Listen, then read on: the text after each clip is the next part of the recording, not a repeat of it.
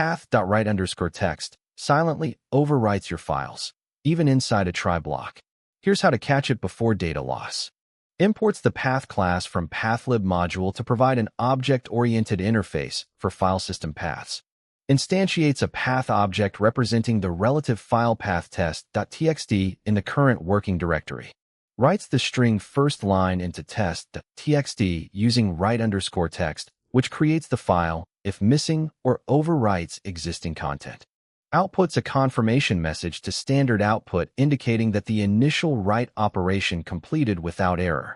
Starts a try except block to wrap code that may raise an unexpected exception during the subsequent file overwrite operation.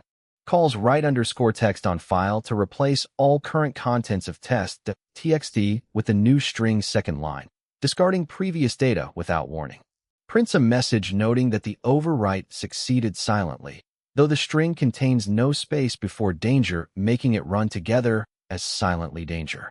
Specifies an except block to catch any exception type thrown by the preceding try section using a generic exception-based class parameter e. Prints the string representation of any exception captured in variable e via formatted output prefixed with ::. Starts another try except block intended to exercise exclusive file creation semantics via open with mode X. Opens test.txt in exclusive create mode X using the context manager protocol, which fails immediately if the file exists rather than overwriting or appending. Invokes write on the open file handle F to append third line to its contents, assuming exclusive access was granted by mode X.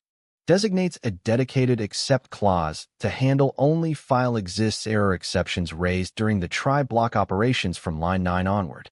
Prints a message indicating that the exclusive create attempt failed atomically because test.txt already existed, with the word safe appended directly to fail resulting in atomically safe.